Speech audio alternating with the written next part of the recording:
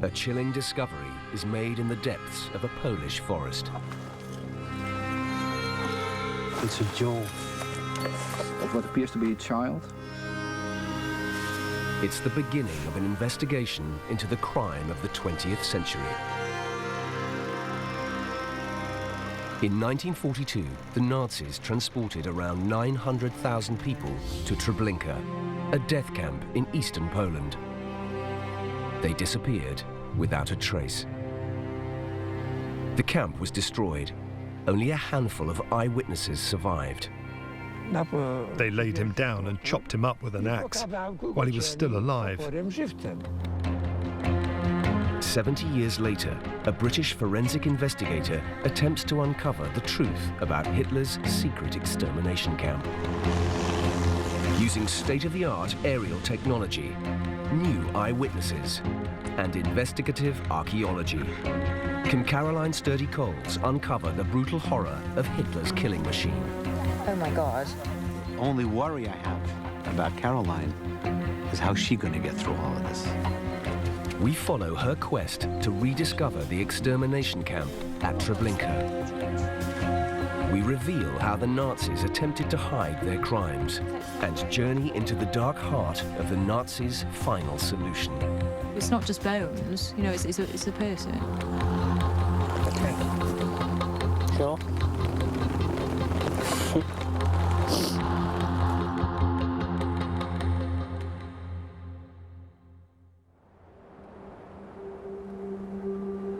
In this forest, in a remote part of northeastern Poland, the Nazis tried to hide the crime of the 20th century.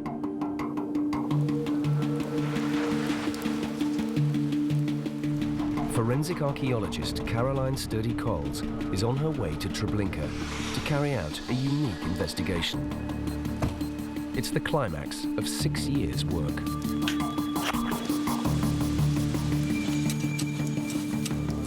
I work with police forces investigating murder cases and cases of missing individuals who may be buried.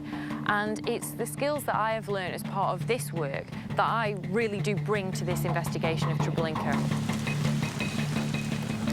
Caroline has been given unprecedented access to excavate at Treblinka for the first time in 70 years to discover the brutal mechanics of a Nazi death camp.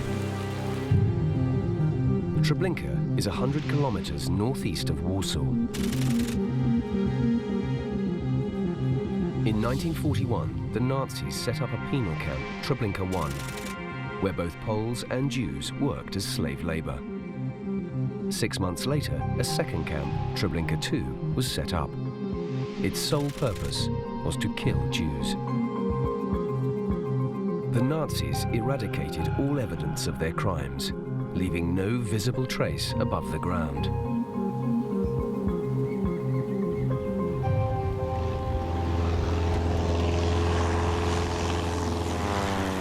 For the first time ever, cutting-edge aerial photography called LiDAR will allow Caroline to look at the truth beneath the surface.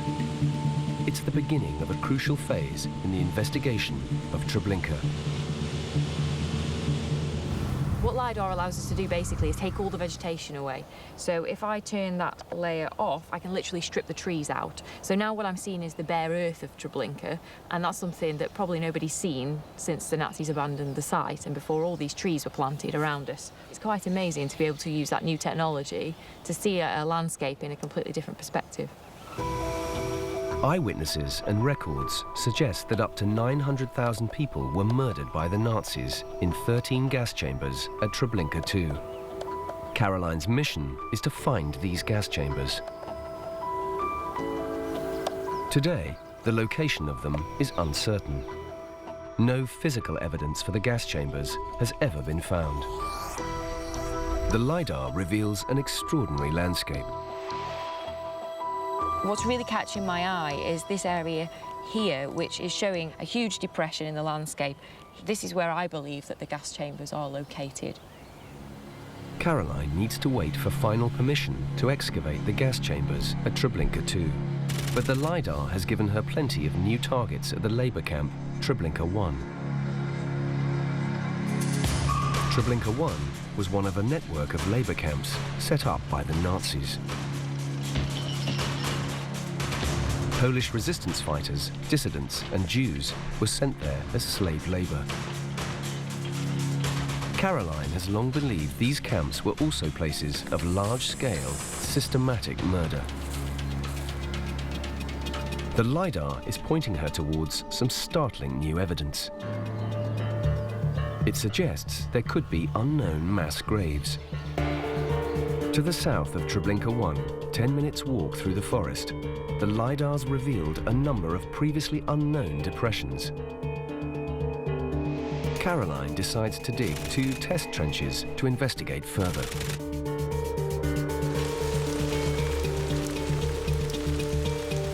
Just because Treblinka 1 was smaller, just because Treblinka 1 wasn't branded as an extermination camp, that doesn't make the crimes that happen there any better.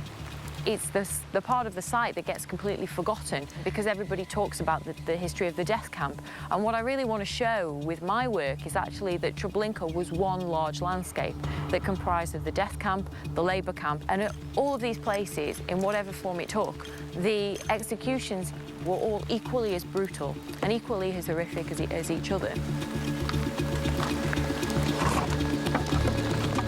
Working with Caroline are 3 other professional archaeologists. Kevin from the UK and Joanna from the Treblinka Museum in the first trench. And in trench 2, Eva from Holland. And Dean, a forensic photographer.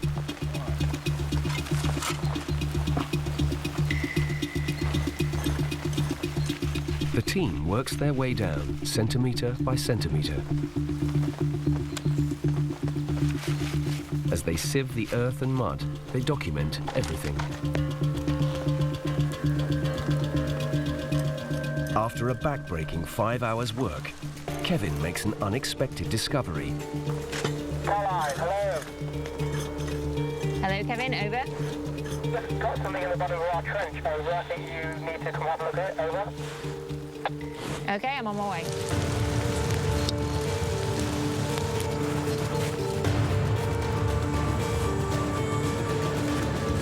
What have you found? There's some form of decoration or pattern. It's definitely leather. Yeah, I think so we've it's a confirmed shoe, that. isn't it? And yeah, as you can see, you've got the little eyelets here for the laces. If this is a shoe of someone who's buried in a mass grave, this is the first time we found a personal possession of somebody who was buried here.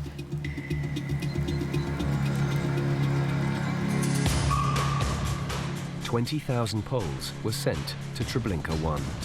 Men, women and children. Over half of them were starved to death, tortured or shot. For Caroline and the team, Treblinka is a crime scene investigation. In Trench 2, Eva makes an even more sinister discovery. What have you got? It's a jaw. Of what appears to be a child.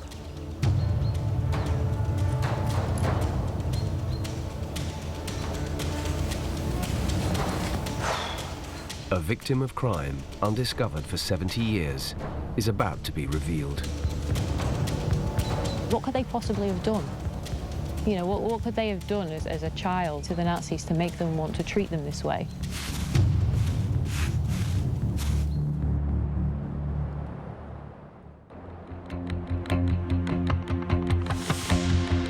After 70 years, new evidence is slowly emerging at Treblinka about what happened here under Nazi rule. Forensic archaeologist Caroline Sturdy-Coles and her team are investigating some unidentified pits at Treblinka's labour camp. She believes she's on the trail of evidence that will prove this was a scene of mass murder. The team find human remains in exploratory trenches 1 and 2. And that one, that's a tibia. But when I saw the teeth, I don't know why, but that was kind of an emotional moment. You really look into somebody's mouth. I mean, it's strange, and it's a child's, which makes it touching. Seeing all this, I just feel so angry. It's not just bones, you know, it's a person. It's just horrible.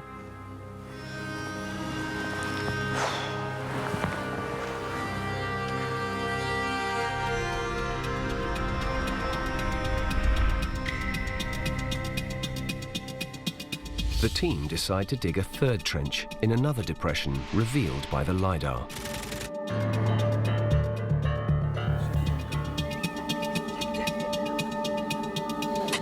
This whole landscape is part of Treblinka's killing machine, essentially. This is the area where the Nazis came to hide their crimes that they perpetrated. I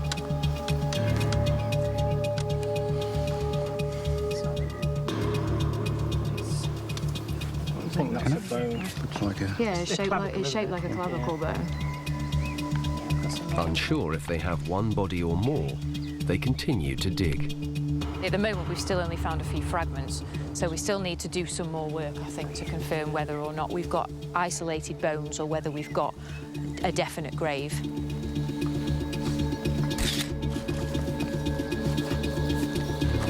Yeah, another bone.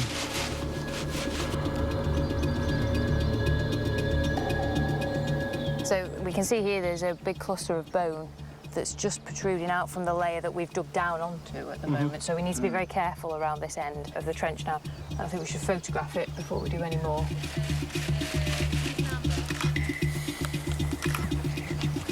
I would suggest that they were from two different individuals. This one we can see is much bigger than this one, necessarily just dealing with adults who were, some of the boys who were sent to these camps were 14, 15, 16 years old.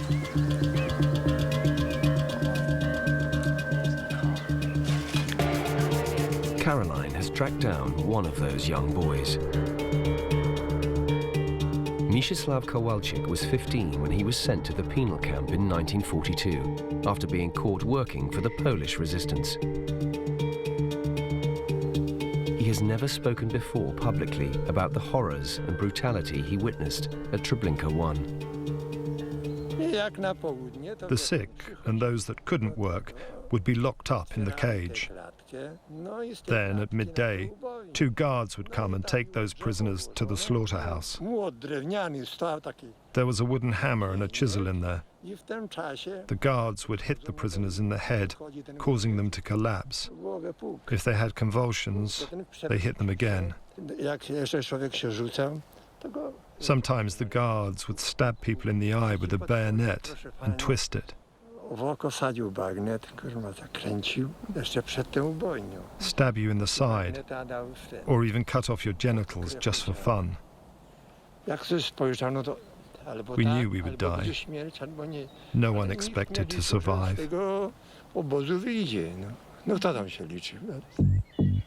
After closing trenches 1 and 2, the team excavate into trench 3.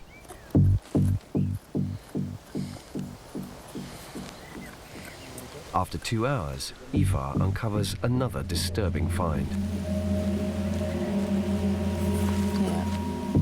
But this one's different. It's the elbow joint.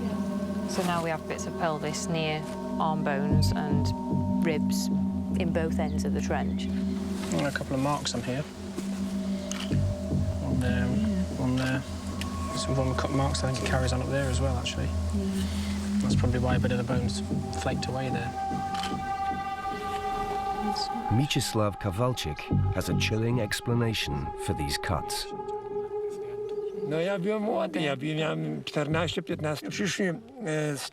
We came back from work one day and everyone was lying on the ground. We were pushed to the ground as well. They'd found something on one of the men. They searched him, but he got free and threw himself down the well. The Germans ordered him out, but he refused. They lowered in a chain with a plank for him to sit on, but he refused to get out. They pleaded with him, eventually telling him that he'd be okay. Finally, he agreed to be lifted out of the well. As soon as they got him, they laid him down and chopped him up with an axe while he was still alive.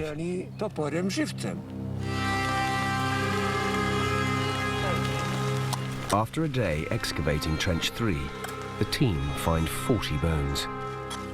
Caroline concludes that they now have proof positive that Treblinka 1 contains several new mass graves. and fresh evidence of the brutal killings carried out here by the Nazis. My feeling is that we should stop now, because I think the more we're digging, the more bone we're finding. All the remains are disarticulated. We've got fragments of bone, fragments of skull, fragments of ribs. We've got enough to prove that this is a mass grave, and if we kept digging, we just found more and more and more. So I think the best thing to do is to reinter the remains. Yeah, absolutely. Yes, I agree. Yeah.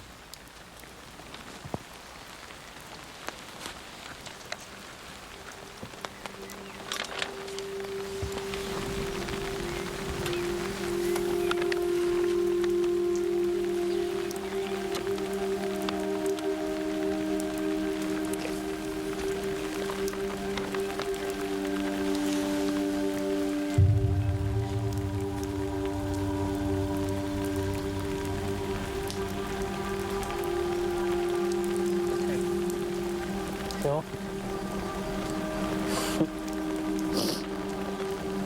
You can finish this if you want. We're now reinterring the remains that we've found today, which is quite a difficult thing to do.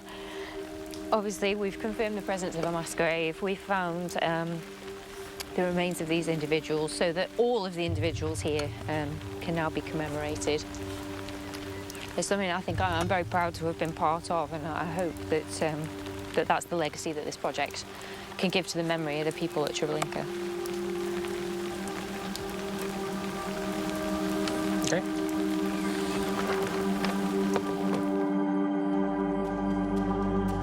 The decision to build the extermination camp Treblinka 2 was made 200 kilometers away in the city of Lublin. This is where the final solution to rid Central Europe of its Jews was organized. In autumn 1941, Himmler met in Lublin with his close confidant, SS Chief Odilo Globocnik, putting him in charge of Action Reinhard. The purpose of this operation was to launch the Holocaust and exterminate occupied Poland's 2.25 million Jews.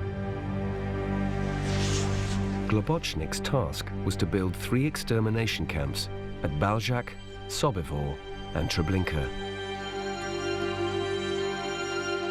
He was then to coordinate the transportation by rail of Poland's Jews to these camps, seize their assets and valuables for the Nazi state, then kill them. Treblinka was to be at the heart of the Nazis' plans for the Holocaust.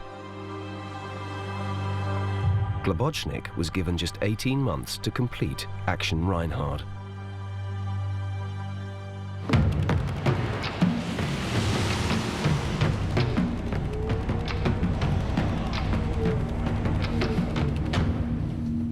On the edge of the city of Lublin, you can still find large parts of Majdanek, the largest concentration camp outside of the German Reich.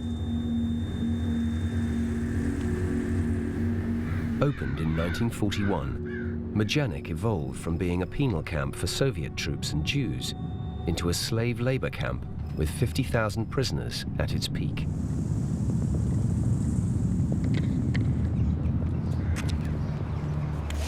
These buildings are as close as Caroline can get to seeing what the Treblinka death camp would have looked like in 1942.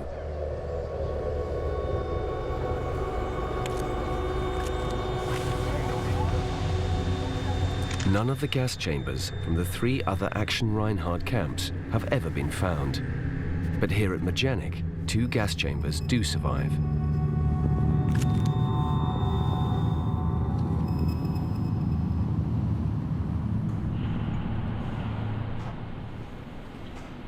Built in September 1942, they were constructed around the same time as the gas chambers at Treblinka.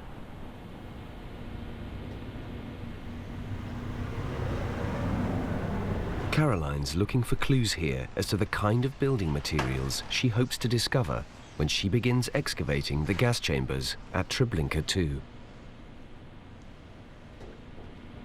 I'm never going to be able to excavate the remains of the walls intact at Treblinka. I'm never going to be able to see the gas chambers as I can see them here at Majdanek, because the Nazis did go to great lengths to destroy them. What I'm going to find, hopefully, is foundations, is possible sections of wall, basically fragments of evidence. And so that's why it's an extremely unique experience for me to be able to come here, an important experience for me to be able to come to Majdanek, to see these buildings standing. I can see exactly how these gas chambers functioned. And I think to see that, to have physical evidence staring you in the face, it's a really troubling thing. I think it makes me feel extremely uncomfortable to walk around the places where I know so many people were killed.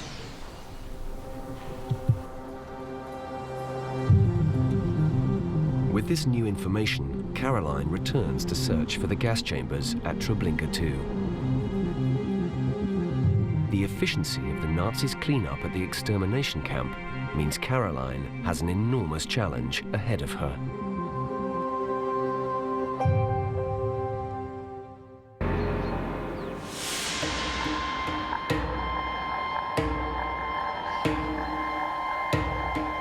Caroline's sturdy Coles and a team of archaeologists have been given unprecedented permission to excavate at Treblinka and to investigate the brutal mechanics of murder and discover what happened to those who were brought here.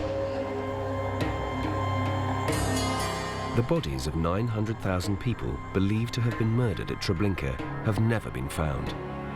There are no surviving buildings, no trace of the gas chambers. What we do know about Treblinka 2 comes from just a handful of eyewitnesses. One of these was Russian writer Vasily Grossman, who in 1944 visited Treblinka and pieced together the first account of the extermination camp. An excavator dug a pit 250 to 300 meters long, 20 to 25 meters wide. All this constituted a gigantic grill. 2 more grill pits of the same dimensions were constructed soon afterward. Each took 3,500 to 4,000 corpses at once. People who took part in the work of burning the corpses say that these grill pits were like giant volcanoes. At night, people from the villages 30 or 40 kilometers away could see these flames curling around the pine forests that surrounded the camp. There were so many ashes, the Nazis forced locals to dispose of them nearby. Peasants from the village of Volka were ordered to load them on their carts and scatter them along the road leading from the death camp to the labor camp.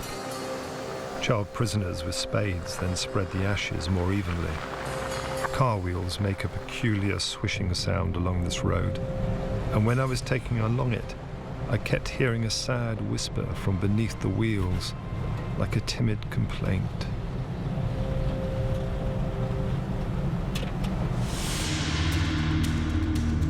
Today, 17,000 stones symbolize the towns and villages where Jews were rounded up by the Nazis.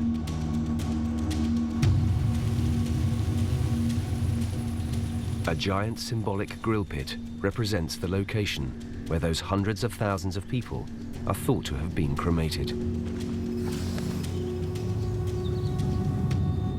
Fragments of evidence of what happened here is still scattered across the ground.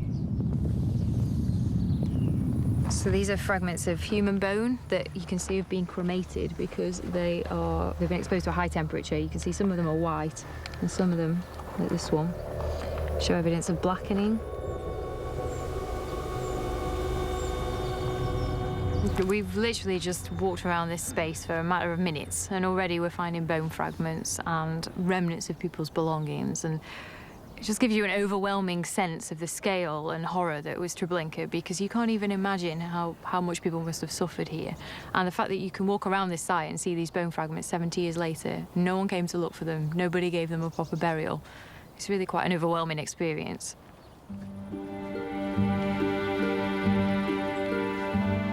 Caroline meets with Michael Szydryk, the chief rabbi of Poland, to confirm that she has his support. The extermination camp is a Jewish burial site, and disturbing human remains here is forbidden. When we get to the extermination camp, I don't want to be too invasive. I only want to dig small test pits just so I can confirm what some of the buildings are. One of the things I want to take your advice on is, obviously, in the process of that, we perhaps will come across human remains. In general, there are two ways you're going to find human remains. One is just on the surface. No, it's bones that were never buried. Yeah. The bones that are right on the surface, whether sometimes you're going to find them literally on the surface. On the monument. Right. Yeah. Should be then gathered together, and then we'll bury it somewhere afterwards. Okay. And then we'll have to discuss where. If you actually find a mass grave, you have to stop. Yes, of course. It's simple. Okay. And if you're not sure, call. Ask. Yeah. Okay. Thank you. It's real simple. I mean, I hope that the research that I'm doing obviously can provide a lot of information. But, but if we can find remains and give them a proper burial, then that's obviously clearly one of the key factors and key reasons for doing this. When I look at a human being, as best as I can, I try to see who am I talking to. And what I see there is a very pure soul. And the only worry I have about Caroline is how's she going to get through all of this. But in terms of her doing the right thing and being committed to doing the right thing, I have absolutely no doubt.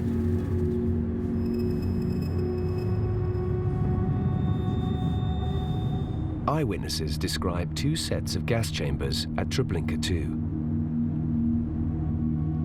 In 1942, Camp Commandant Franz Stangl arrived at Treblinka 2 and work began on the larger second gas chambers. These were designed to increase killing capacity from 600 to 5,000. It's this second building that Caroline wants to find. Based on shapes in the LiDAR data, which matches the dimensions of these gas chambers as reported by survivors, Caroline sinks trenches 4 and 5 in an open area close to the memorial. She's convinced that this is where they were located.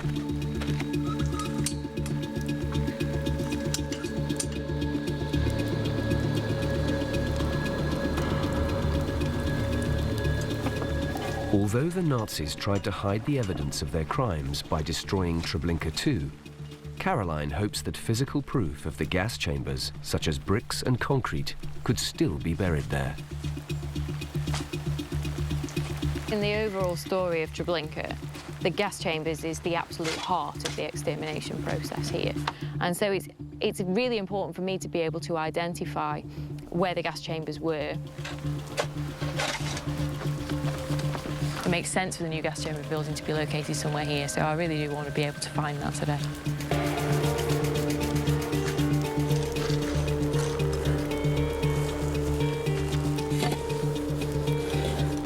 But if the Nazis did succeed in destroying all trace of the gas chambers, there will be nothing left for her to uncover, making Caroline's 6-year quest impossible to accomplish. In a way, I'm nervous about the next stage. I've come up with a hypothesis about where the gas chambers may be, and so we'll just have to see what happens. Treblinka 2's commandant, Franz Stangl's experience was particularly suited to the creation of a death factory. Before Treblinka, he had worked for the Nazis' secretive euthanasia program, T4, where 70,000 disabled people in Germany and Austria had been killed with carbon monoxide in sealed rooms.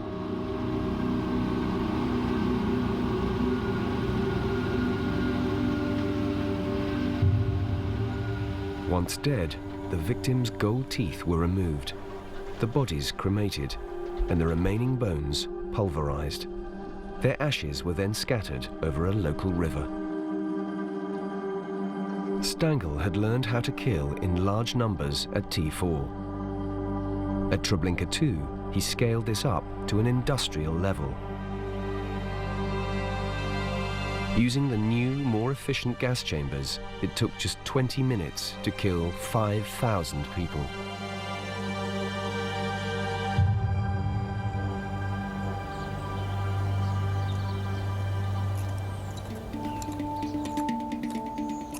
As the team dig deeper in both trenches, they find no evidence of a solid structure like bricks or concrete.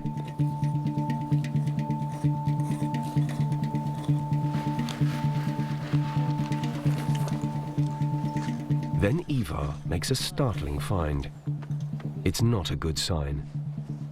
So we found a shark tooth. And I'm not joking.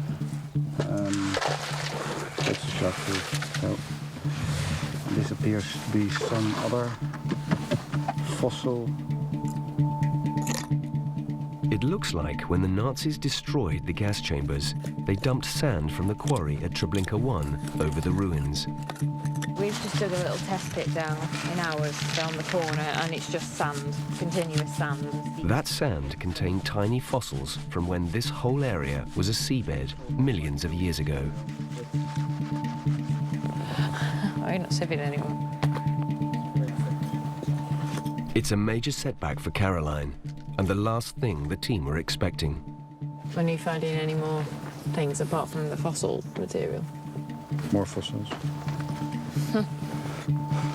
Okay. The team continue to dig to 1.5 meters.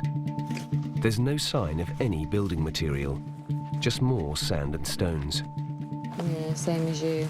Yeah. I think. Caroline decides to stop, believing that in this area of the camp, the Nazi cleanup appears to have been effective.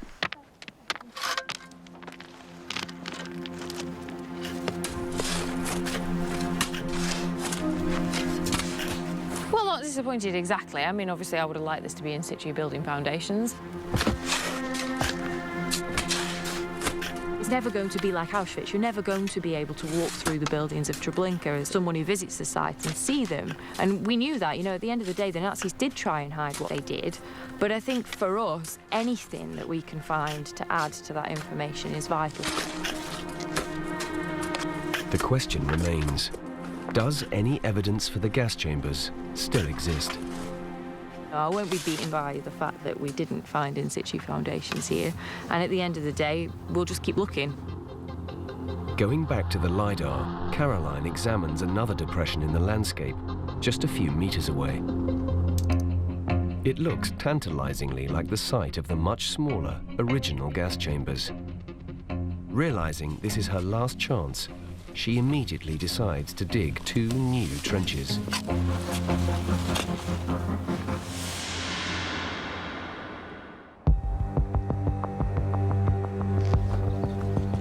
In her mission to find the gas chambers at the Nazi death camp Treblinka, forensic archaeologist Caroline Sturdy-Coles has only found a shark's tooth and is worried that all evidence of the gas chambers has been removed.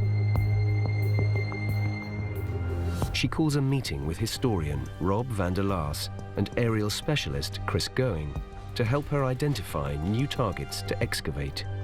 Well, obviously, pinpointing where the gas chambers were is very important for understanding the configuration of the death camp.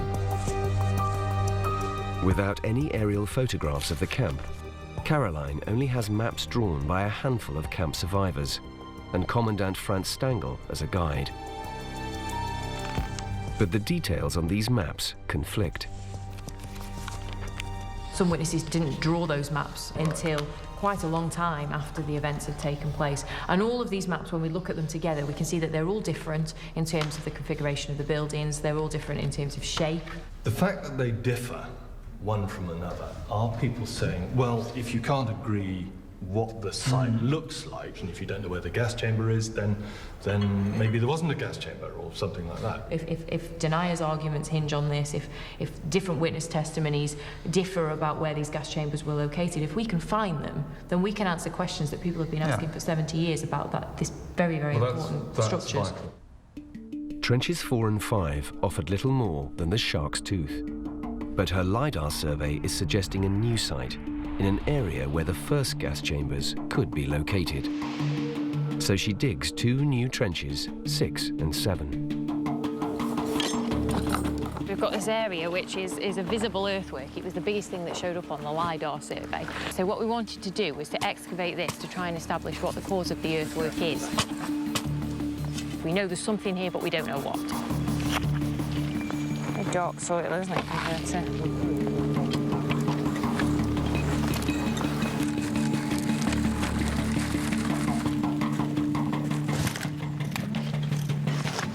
From the outset, they look much more promising. The team now feel they're on the trail of something new. Are any coin experts? And evidence of a human catastrophe begins to emerge. We've got a very small comb here with quite a few complete teeth. Then in addition, we've got two other elements of what we think are combs. It is nice to find other objects which can tell a story, so we can trace perhaps where they were made and what part of Poland they came from and that sort of thing. So it opens up different avenues of research. It'd have to be cleaned up. I just found some more hair clips. We've got a lot of very personal items. We've got pendants that were probably given to people maybe as presents or were bought for a special reason.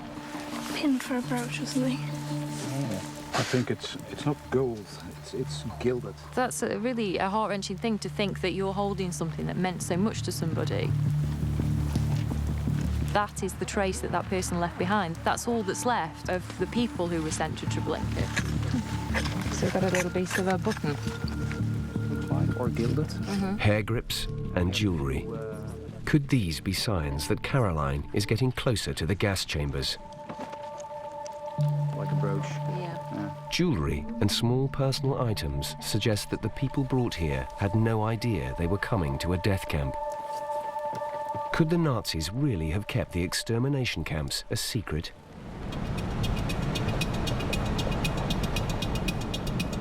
Caroline wants to discover more about some of the people who died at Treblinka and where they came from. She heads for Warsaw.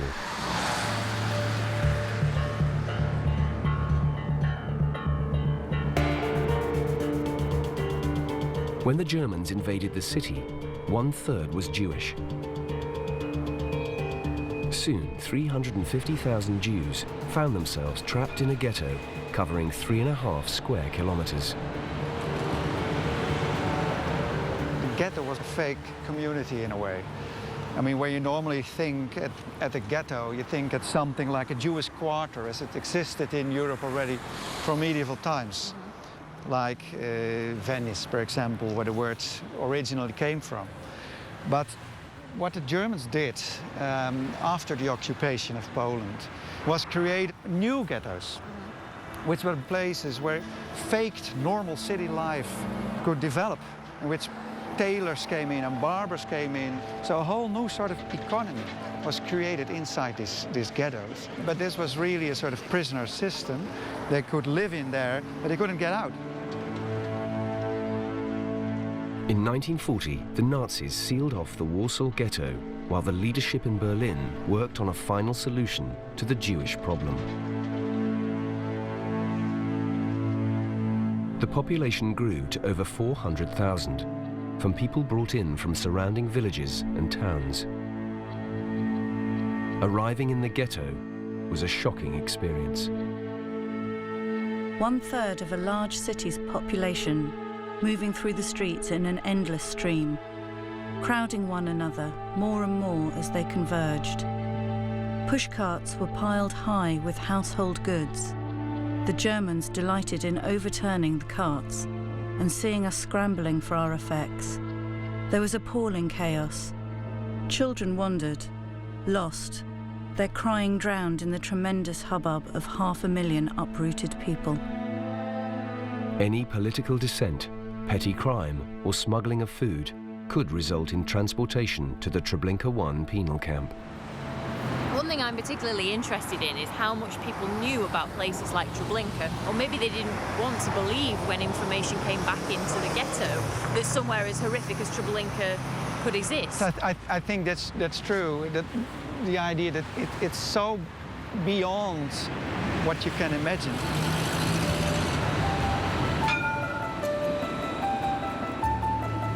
Caroline has tracked down one of the few remaining survivors of the Warsaw Ghetto, Joanna Pegorska. Her father was a known dissident. We moved into a flat in Biala Street. A wall cut the street in half, which separated us from the Aryan side. I remember the street. I also remember the Germans. I was told not to attract their attention. My father died in 1942 when I was 6. My mother carried him inside after finding him in the street. A German had shot him and left him there. Dad had belonged to the Socialist Party. Somebody had denounced him and they shot him in the back of the head. My mother and I escaped the ghetto. She managed to get false papers and we got out through a court building.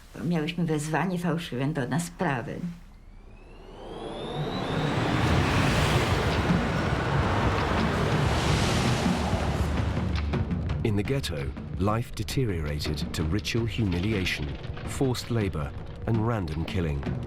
It became part of daily life. Between 1940 and mid-1942, 83,000 Jews died from starvation and disease.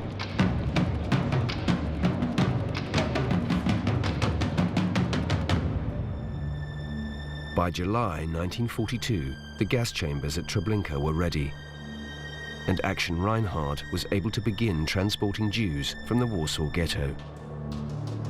Instead of isolating and containing the Jews, they were now to be sent to the death factory by railway.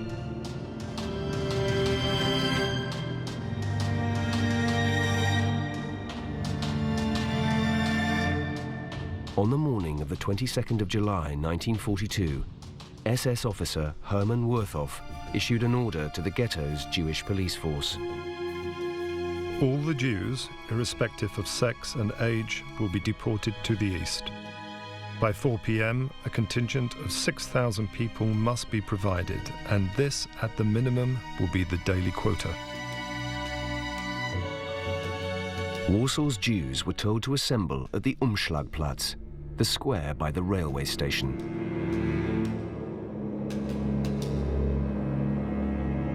They were then packed into freight cars, knowing little of their destination.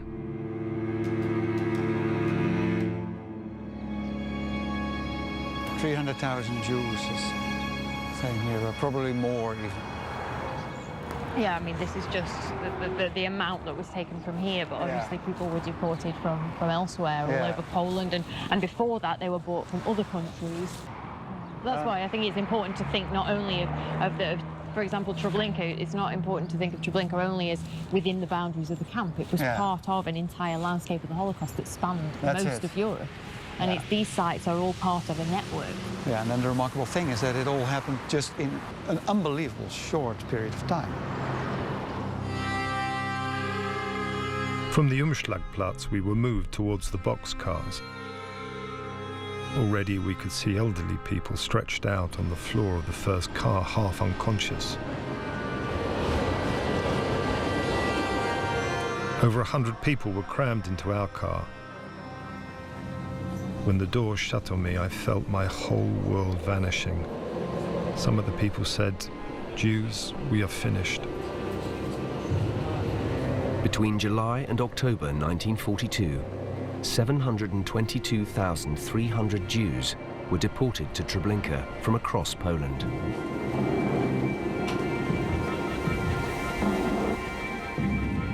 In complete secrecy, with few records, this story was repeated across the ghettos of Europe.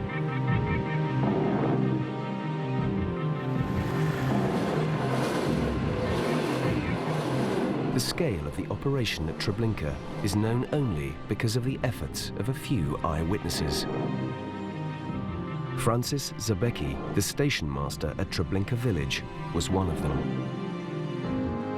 There were old people, young people, men, women, children and infants. On the wagons we could see chalk marks giving the number of people in the wagon: 120, 150, 180 and 200 people. You know, the Germans with their methodical ways. We worked out later that the total number of people in the train must have been about 8,000 to 10,000.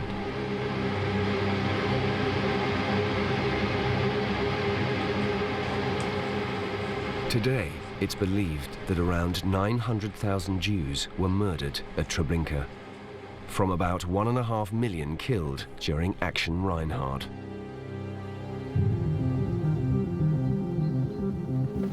Caroline is determined to find conclusive proof of the existence of Treblinka's gas chambers. The Nazis attempted to destroy the evidence of their crimes with a clinical thoroughness. But Caroline's not convinced that it's possible to hide all clues at a crime scene this large. Caroline.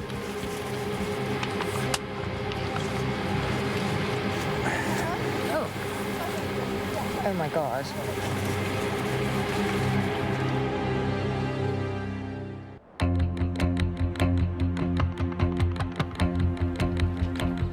Forensic archaeologist Caroline Sturdy-Coles is looking for evidence of the gas chambers at Treblinka 2.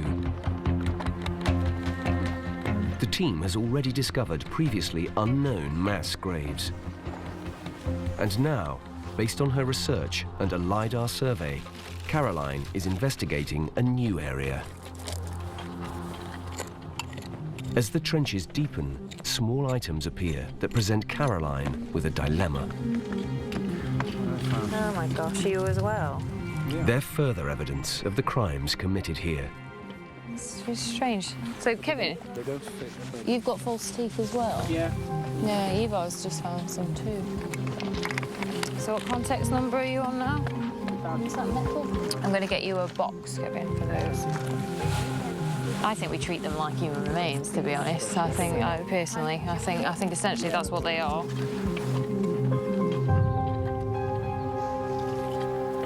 I think it's silver, isn't it? Silver too.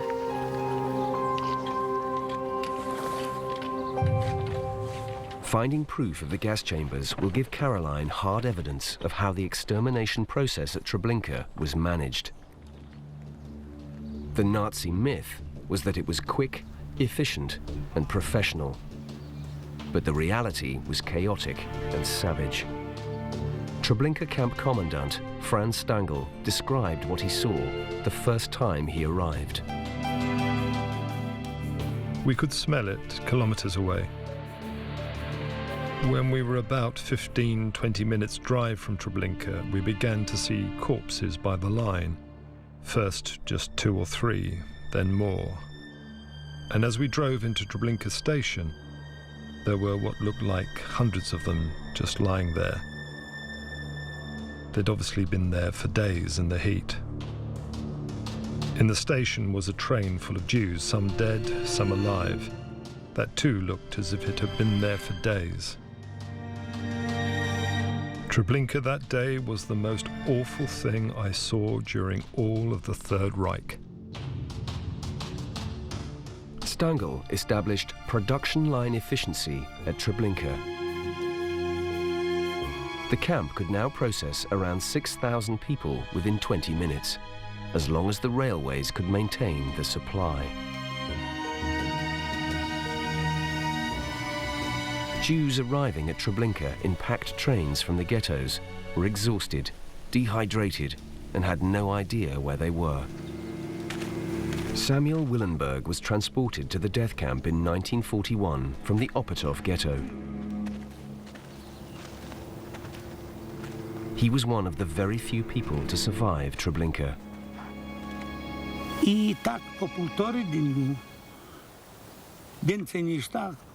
After travelling for about a day and a half, we arrived at Treblinka station in the afternoon. Jews wearing blue armbands opened the doors of the wagons and ordered us to get off quickly. We obeyed, and then they told us to walk along a platform through a gate. Then they divided us. Men on the right, women on the left.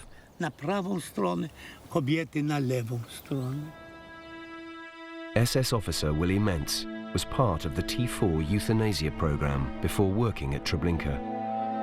He described his work at the camp at his trial after the war. When the Jews had got off, they were told something to the effect that they were a resettlement transport, that they would be given a bath and that they would receive new clothes. They were instructed to maintain quiet and discipline. They would continue their journey the following day. I nagle chłopcy zaczęli chodzić pomiędzy nami I dawać nam sznurki, żeby wiązać. Some boys ran up and gave us a piece of string to tie our shoes together. I recognized the boy who handed me mine. He was my friend, Alfred Berman. I didn't know where I was until Alfred told me. I was shocked. I finally understood the purpose of the deportations. I realized where I was. We thought deportees went east, but I was not taken east. Bo wszystko mówiło się, że wywożą na wschód, a tutaj nie na wschód. I was in a death factory. Gdzie on mi mówi, że jest fabryka śmierci. SS officer Willie Mentz recalls the procedure for rounding up the new arrivals at the camp.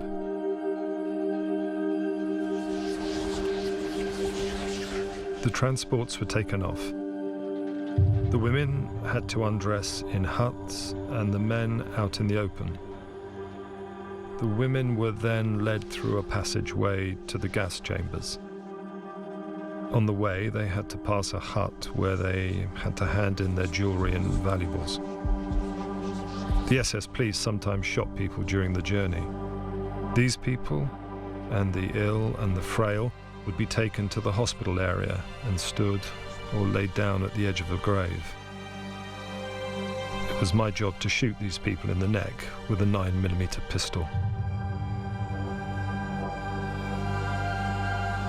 Once the men, women and children had been stripped of their possessions, clothes, hair and dignity, they were marched down a corridor the guards called the Road to Heaven.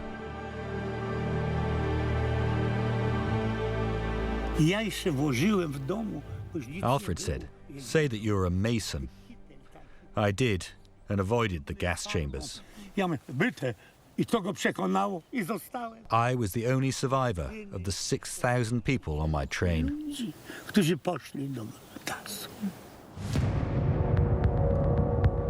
The walk from the platform to the gas chambers took just minutes. Very few Jews saw the gas chambers and survived. Abraham Krupitsky was deported to the Treblinka extermination camp on the 25th of August, 1942. His work as a slave laborer gave him access to even the most secret part of the camp. I was able to look through one of the two strong doors. I saw a room which was not too large. It looked like a regular shower room with all the features of a public bathhouse.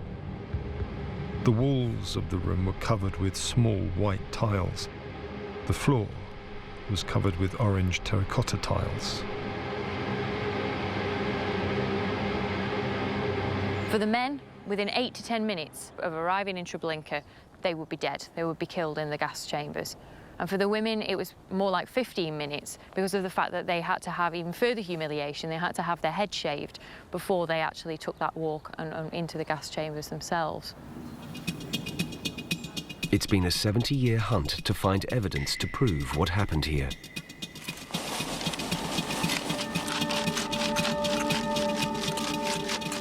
But new technology and Caroline's detective work could now be close to unlocking the secret the Nazis wanted no one to know. Then, the discovery Caroline couldn't dare hope for. Caroline.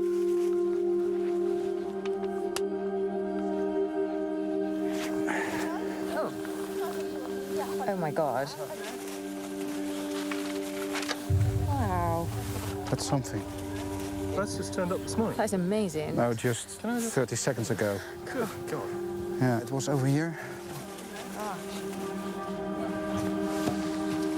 So. Yeah, I have 4 tiles.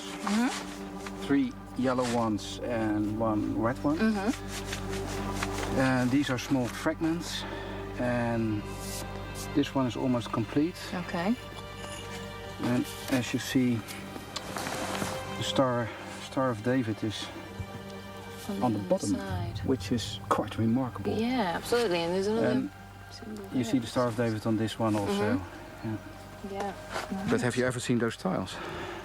tiles that fits with the idea that we are in the area of the gas chambers. Yeah. What immediately springs to my mind when I see these is that witnesses who were allowed in the gas chamber area talked about the Star of David actually being on the outside of the gas chamber buildings to build up that illusion that people were going to somewhere that was safe. I mean, we know, for example, that the insides of the gas chambers was furnished, as it were. It would have had permanent building materials to give the illusion that people were going into a bathhouse. Okay. Quite amazing. Incredible. You realize on what spot you are, and they have seen things nobody has ever seen after the war. I mean, these are the silent witnesses. A few tiles with what appear to be the Star of David and sections of masonry offer the first signal that Caroline's hunch was right. Using this new evidence, Caroline can begin to map the route prisoners took from the station platform to the square, where they were forced to undress, and ultimately to the gas chambers, where they were executed. At the gas chambers, there were no last-minute rescues, no survivors to describe what happened next. Pavel Leleko, a Ukrainian guard captured in 1945, described what he saw. When the procession of the condemned approached the gas chambers, the people began to back away in terror. At that point, lashes and clubs were used. At each gas chamber, there were 5 or 6 Germans with their dogs. With clubs and lashes, they drove the people into the corridor of the gas chamber and then into the chambers themselves. The guards would then turn on the engines. Through pipes, exhaust gas was fed into the chambers. The process of asphyxiation began. Some time after starting the engine, the guards would look into the chamber through special observation slits to see how the killing process was going. Gradually, the noise in the chamber subsided. After about 15 minutes, the motors were turned off. An unusual calm set in.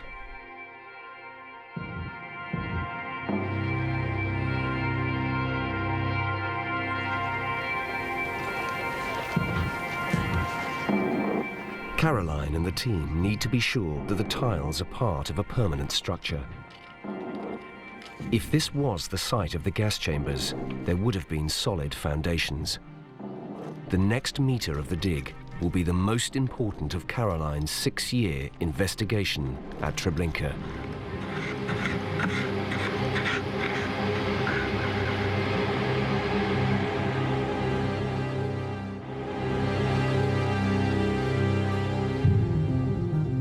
In just 5 days, Caroline Sturdy-Coles and her team have dug 7 trenches at Treblinka.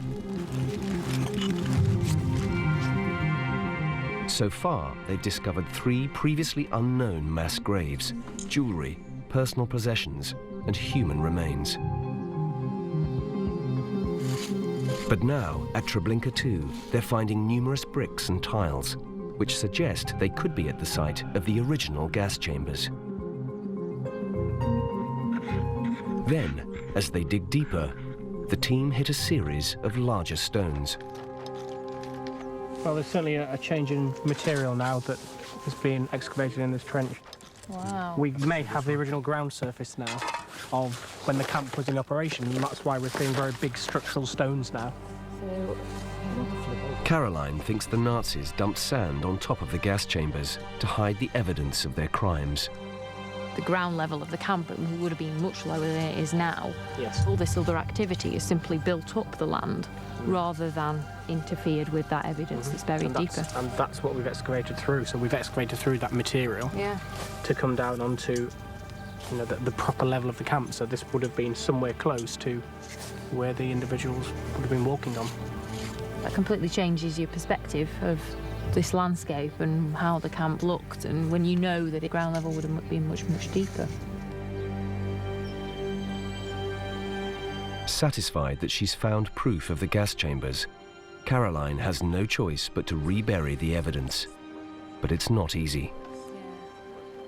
Just, it's a hard thing to backfill it. I think that's what I'm struggling with. I'm struggling with the notion that, you know, we found all this, and then you've got to cover it up again. Part of me wants to leave it there so that other people can see it. To find the gas chambers, you have to dig. But what you're doing there is opening this window into something that nobody's seen it since those perpetrators have stood here. And that escalates you almost through time to be so close to those events. The way I view it is the victims won't mind investigations such as this because we are revealing some truths that have been hidden for the last 65 years. So we are helping the victims rather than disturbing the remains.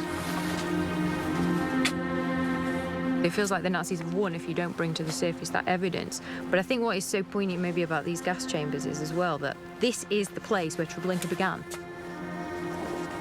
This is the point on the very first day that those very first transports came in.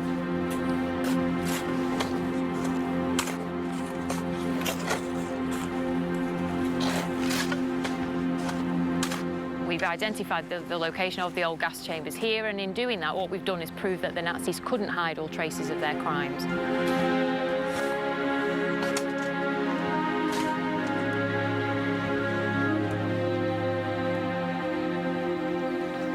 Just a weird feeling. I mean, crawl around in a place like that. Yeah, surely there's an emotional side on it. Yeah, it feels strange. And it does feel strange to backfill that hole, to hide it again. Yeah.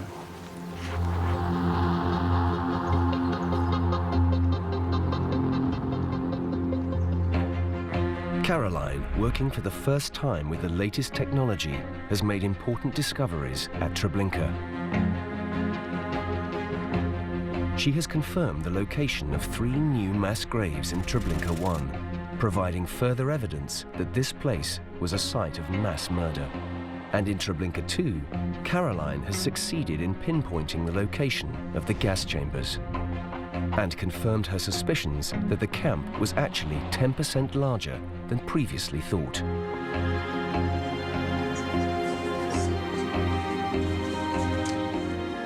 The bricks, tiles and concrete discovered at the extermination camp will now be tested for chemicals to better understand what happened here.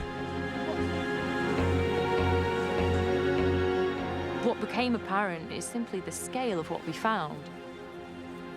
We'll probably never be able to identify individuals who were killed here. And so these objects really are our only window into the stories of those individuals who were sent here. And it's a horrible thing to think that all you leave behind on Earth, you know, to be found 70 years later is a pendant or a hair clip or an earring. From July 1942 through to November 1943, the Germans killed around 900,000 Jews at Treblinka.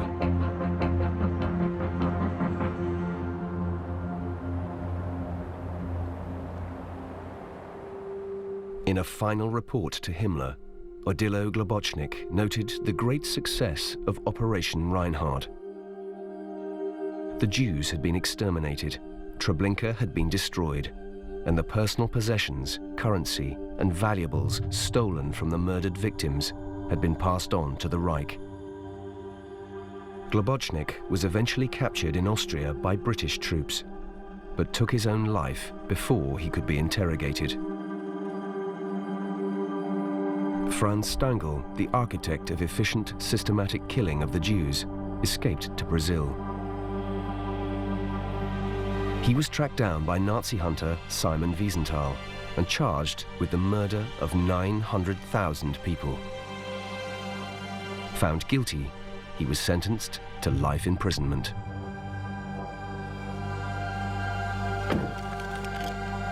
Just one last task remains: to inter, for the first time ever, the remains of people murdered at Treblinka 2.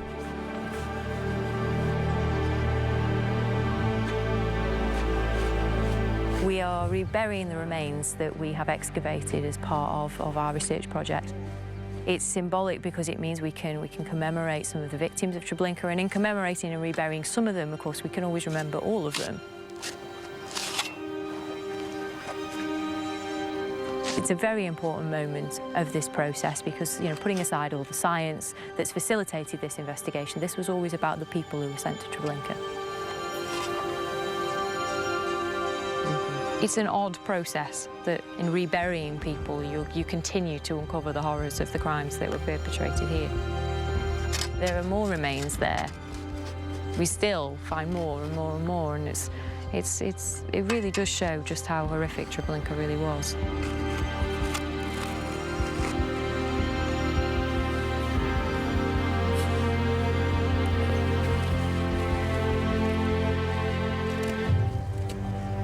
It's too much, actually, to kind of comprehend. It just makes you think, you know, if the whole earth of Treblinka was opened up, what kind of hell you'd be looking into.